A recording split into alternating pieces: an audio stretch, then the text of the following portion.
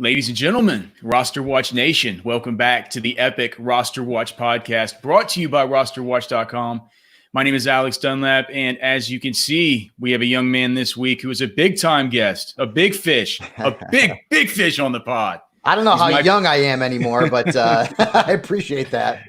Michael Fabiano, with the way that the predicting fantasy sports and the way that predicting player performances generally goes, I think it turns our hair grayer quicker. It makes us older. It's just during the season. It could be true, man. Yeah.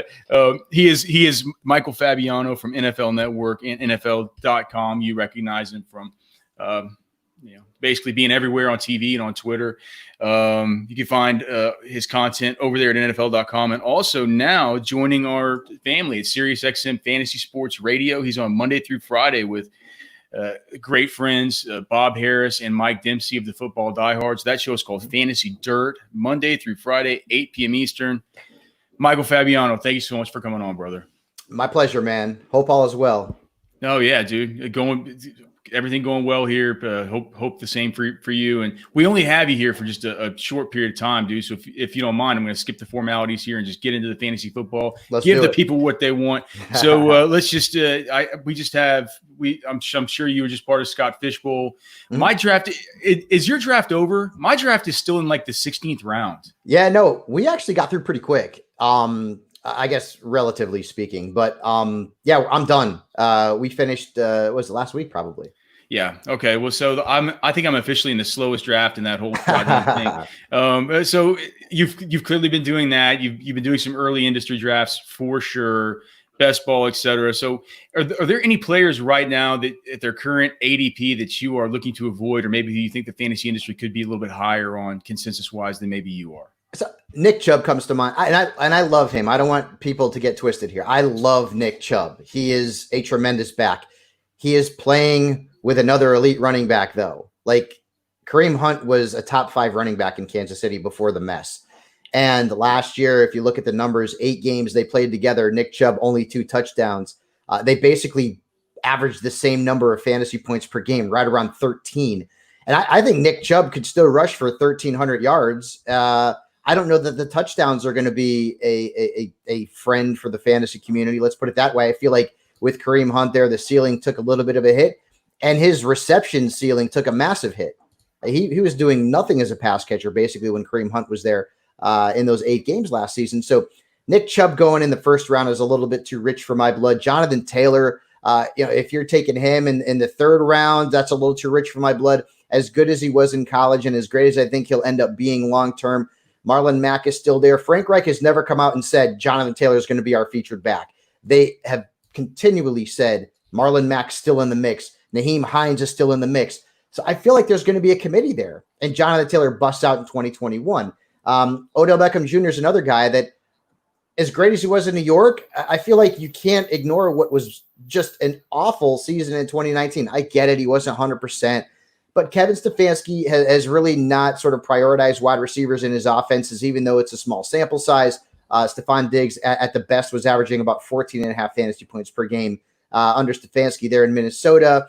Adam Thielen barely averaged over 10 fantasy points per game under Stefanski. Now, things will be better. It's Odell Beckham Jr., but they've also got Jarvis Landry. They've got Kareem Hunt. They've got Nick Chubb. They signed Austin Hooper. David Njoku is currently on the roster, at least. So there's a lot of options there. And for OBJ to be drafted, I've seen OBJ drafted as a wide receiver 1 in the 2nd round, and there's no way in heck I'm doing that. I'd rather get him as a wide receiver 2. And even then, I'm sort of, let's see if he can get back to sort of at least close to what he was, because I don't think he'll ever be what he was in Cleveland like he was in the Big Apple. Amari Cooper, and this one pains me because I'm a Cowboys fan. 3rd round for Amari. You had CeeDee Lamb. You've got Michael Gallup. Blake Jarwin is in the mix as well. And Amari was a guy who was great in the first half of last season, and the injuries kind of hit him, and his numbers dropped a little bit. So it was far less consistent. So even Amari, early on, we saw Amari being drafted as a wide receiver 1. I feel like now he's certainly dropped into that wide receiver 2 category and sort of a mid-level wide receiver 2 at this point. So there you have it. Michael Fabiano hates your team, Cleveland Browns. It doesn't want anything to do with. There's too many good players, man. Like that's it. Hell, if Baker Mayfield stinks this season, then he's never going to be any good in the NFL. With the offensive linemen that they added, with Jack Conklin, and Jedrick Wills, like Baker's in a great spot to succeed. If he doesn't do it, well, that's going to be the end of Baker sooner than later. It'll be no one's fault, but Baker's. It'll be Case Keenum to the rescue. And you know what, Fabs? Like the thing I saw today about Odell Beckham, and I'll move on after. But did you see the thing about how he was thinking about quitting because of the ankle? I didn't see that. No, I saw the I saw the blurb. I couldn't believe it made me think it probably doesn't mean that much on the surface, but it just made me think it's like, man, if you've had those ideas enter your head about quitting at his age, what he's been able to do, what does that say about your mentality? So, and I wholeheartedly agree with all of what you said. Actually, one thing I wanted to ask you just about Kareem Hunt, totally. I still think he's kind of a top 5 back in the league. If he was in a feature role moving forward, it's why I'm picking him up in every dynasty league that I possibly can. Mm-hmm. Are we discounting the fact with his 6th or 7th round ADP right now that he could possibly get traded during the season? And if that were to happen, I mean, yeah, I'd find it hard to believe that Cleveland would deal him, especially if the team is doing well and Kareem Hunt is playing at a high level, which I would expect him to do anytime he's on the gridiron. But stranger things have happened. He's also a free agent, remember, at the end of the season. There is a long list of really talented running backs who are going to be free agents at the end of the season, including Kareem Hunt, Derrick Henry, Marlon Mack, and a bunch of other guys. So if a team is willing to give enough, I mean, I guess almost anybody is out there and available in a trade. But I'd be surprised if that happened, especially if Cleveland is doing well and competing in the AFC North. All right, so Nick Chubb off the board for you. As far as where's current ADP, I mean, any player you'll take once they get to a certain ADP. Of course. But are there any early round? Are there any, or not even early round, just for where you can get them, running backs right now that you find yourself, you're like, man, I'm consistently getting this guy because the value keeps presenting itself. So I've done 5 or 6 best balls, a few industry leagues. One guy I seem to always get is Todd Gurley, and I've been getting him in the 3rd round, a couple of times in the 4th round. And I get there's risk there. I understand that, but he's only 25. He's turning 26, I think, August 3rd. And he is still, to me, a very viable RB2.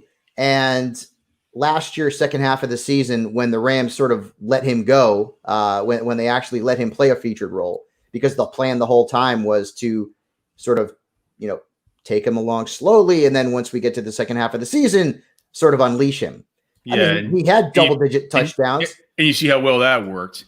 Well, by the time you use him, you're out of the playoffs. Right, exactly. It wasn't great for fantasy owners. It's funny because, last year I was at an event and I had asked, who the heck was it there that I was talking to? It was a Rams rep, and I was saying, so actually it was Les Snead actually. And I said, what's going to be the deal with Todd Gurley? And he was like, well, okay, if you like touchdowns, maybe you want to draft him. He had positive things to say, and at the end of the day, he was right. Had the 14 touchdowns last season.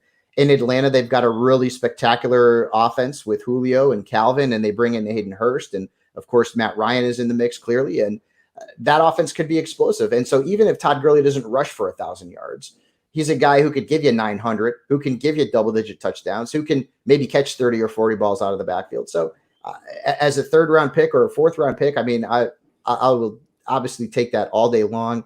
I've got some Kenyon Drake shares. I've got some Miles Sanders shares. I like both of those players, especially Sanders, assuming the Eagles don't go and get crazy and add another running back at the last minute.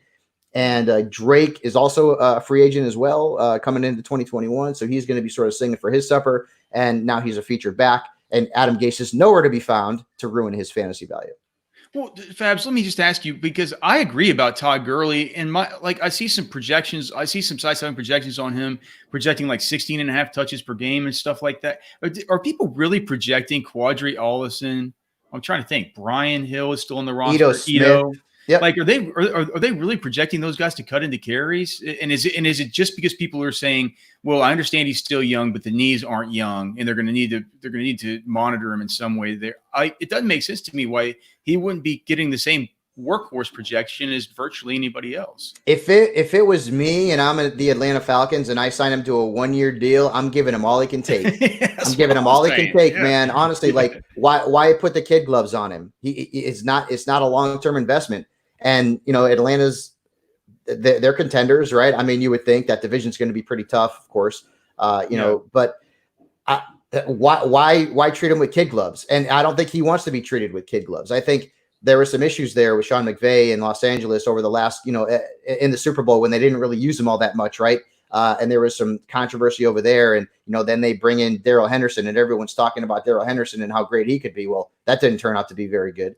But if I'm Atlanta, I'm giving him the damn ball, man, as much as he can handle and see where it goes. He's the only legitimate option in that backfield, aside from the guys that you mentioned. I mean, Ito Smith maybe is the handcuff.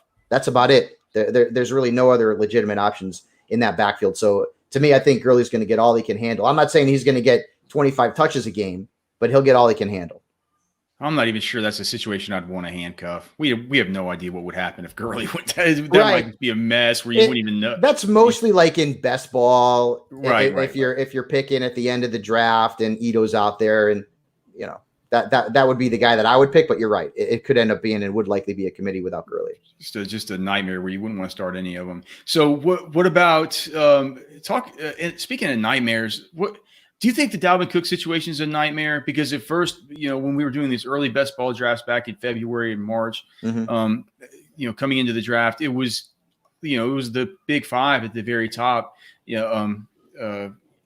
Of course, Zeke, McCaffrey, Kamara, Barkley, and Cook. Mm-hmm.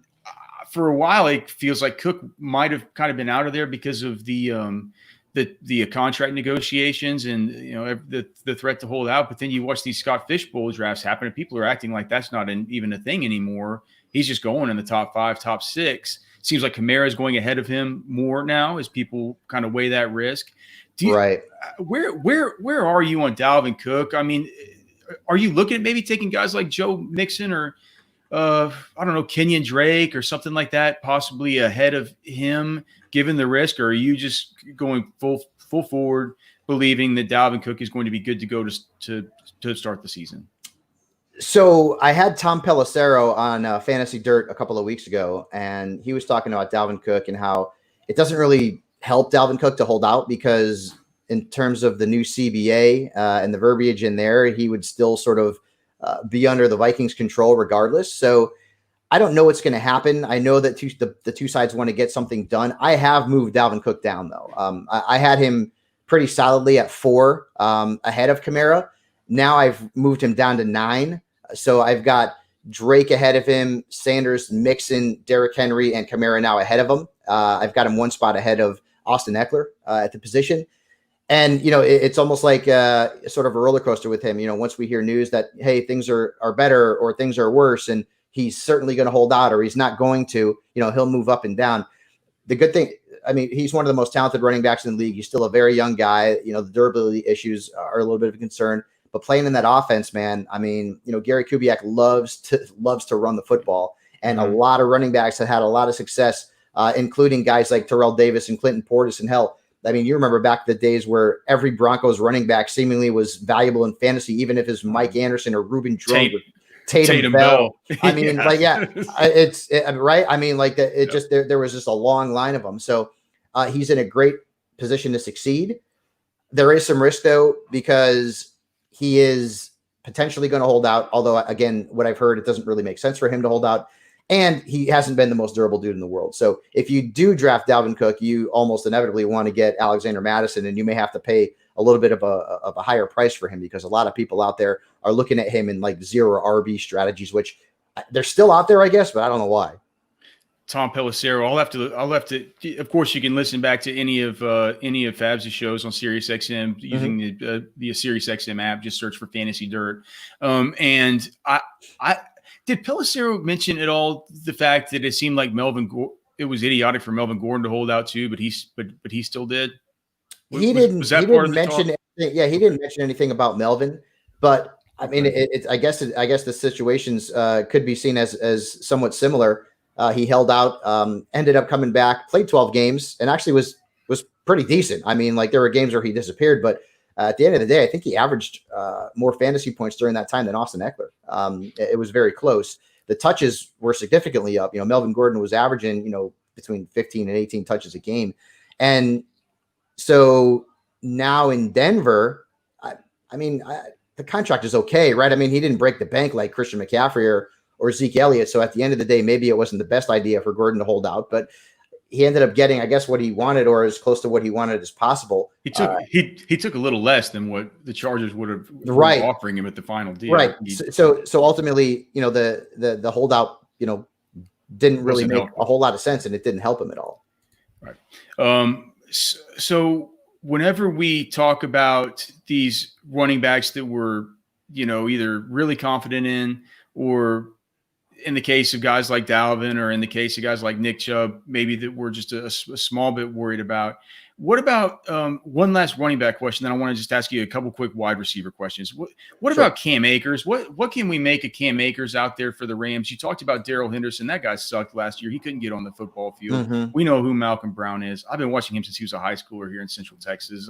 I mean, he was a great prospect, a good college player, but he's been a jag at the NFL level. Yep. It just doesn't seems to me like it's a pretty clear runway for Cam Akers. I'd like to hear your thoughts on that situation, though. No, he's the favorite. I mean, I don't see there being any argument that he's the favorite to be the starter in Los Angeles. Now, from what you hear from the coaching staff, they and Sean McVay has come out and said we have 3 good running backs, right, with the 2 that you mentioned in Akers. Mm-hmm. Now, the cream typically will rise to the top. I think Cam Akers will rise to the top. I don't know that he's going to get a Gurley sort of workload, but I feel like he will lead this backfield in touches at the end of the season. You mentioned Darrell Henderson came out and just was not inspiring at all in terms of his play. Malcolm Brown kind of is what he is. Cam Akers last year played very well behind a poor offensive line, proved that he can catch the ball out of the backfield as well. I don't know that he's going to be a 3-down back because I do feel like they are going to mix in Henderson and Brown during the course of the season. But if you are targeting a Rams running back, and right now he's probably coming off the board in the 5th round ballpark, maybe a little bit later in some drafts, maybe a little bit earlier in others. He's the guy to go after. Do you think that there's one Giants wide receiver that people should be focusing in on? Is there one you can cape up for between Golden Tate, Sterling Shepard, and Darius Slayton? Just given all of these guys are going fairly late in drafts. I mean, and they're all going close to one another too. Yeah, right. So because it feels like you can consistently get Slayton in the ninth round of these things, and it's just, I think that's probably around like clearly I'm most interested in Slayton because I'm dialed into where he's going. But let's see, right. Golden Tate's going at like. Pick one, so later, like wide receiver 56. So he's going a round or 2 later, and then Sterling Shepard. It feels like people just aren't that 116. So he's going right around, just maybe a little bit after. So Slayton, then Shepard a little after him, and then Tate a good amount after both of those guys in PPR, at least via the Fantasy Pros consensus. If using just those ADPs, is there one of them that stands out to you that you like best? So. It sort of depends on what kind of fantasy owner you are, right? If you like the guys with the high ceilings, but potentially a low floor, it's Darius Slayton. He quietly had 8 touchdowns last year and had a nice rapport with Daniel Jones, who I feel like is going to bust out this season. If you like reliability, it's Golden Tate, right? Because Golden Tate, he was good last season. Like people forget, he was putting up good numbers. Now, a big part of that was Evan Ingram was hurt. Sterling Shepard was hurt. So Golden was really sort of like the number one option in the passing game aside from Darius Slayton. So Daniel Jones was throwing him the ball quite often. So the targets were there. And now with a full slate, when you've got Shepard and you've got Slayton and you've got Ingram back. And of course, Saquon's going to be 100%. Golden Tate's value drops a little bit, but I think he'd be the most reliable guy. And Sterling Shepard's probably the best of the three, but the issues with him and his durability have really hurt his value. I mean, this is a guy signed a pretty good contract with the Giants, was considered to be sort of a sleeper type of player or a guy whose value was on the rise when the Giants parted ways with Odell Beckham Jr., and it just didn't happen because he couldn't stay on the gridiron. So, again, high ceiling, breakout type, that's Slayton. Golden Tate's kind of like, hey, old reliable. And Sterling Shepard is probably the most talented of the three, but he comes with the most risk. Fair enough. Well, you mentioned, and I'll get you out of here on this, brother. We can't tell you how much we appreciate you taking some time for the pod today. Yeah, my pleasure. You mentioned it earlier. You think Daniel Jones is going to break out. Why not just let the listeners know why? And we'll let you get out of here and get on to your radio show, Fantasy Dirt. So last year, Daniel Jones had 4 games with 28 plus fantasy points. That's only happened twice before among rookie quarterbacks. One of them was Cam Newton, and we know what he's become. And Robert Griffin III was the other, and unfortunately injuries sort of derailed his career. But I love what the Giants did with the offensive line. 3 of their first 5 picks were O-linemen, so the O-line should be much better. They've got that full complement in terms of weapons, as I mentioned, with Saquon, the 3 wide receivers, and Evan Ingram, who's basically a wide receiver in a tight end's body. And Daniel's played a full year as a starter in the National Football League, and I know he has to get rid of that fumbling issue because he was like Dave Craig-esque. It was terrible. But assuming he could be better in terms of ball security, assuming that he's going to take that next step in his development because he played basically a full season as a starter for the G-Men last year, and assuming that he's going to continue to extend plays with his feet and he can run. Like, he's not Lamar and he's not Kyler. But, I mean, he could give you a good 300 yards rushing. And, we've seen that from guys like Andrew Luck and Aaron Rodgers, where they're not going to give you a whole bunch of yards, but, an extra 250, 300 on the ground and maybe 2 or 3 touchdowns. That's nothing but good from a fantasy perspective. I have Daniel Jones ranked ahead of Aaron Rodgers at this point, 1 spot ahead of him, because I'm looking for the upside. I'm looking for that higher ceiling. And I feel like Aaron Rodgers' best days are clearly behind him. And Green Bay did nothing to help him unless you really like Devin Funchess for some reason. But I just feel like and this is coming from a Cowboys fan who grew up in the tri-state area and hates the Giants and hated the Giants. I really like Daniel Jones. I think he's not going to be at the same statistical level as a Lamar last year or as a Patrick Mahomes the year before, but I really feel like he is the leading candidate to be this year's best draft bargain among quarterbacks and a guy who's going to break out in 2020.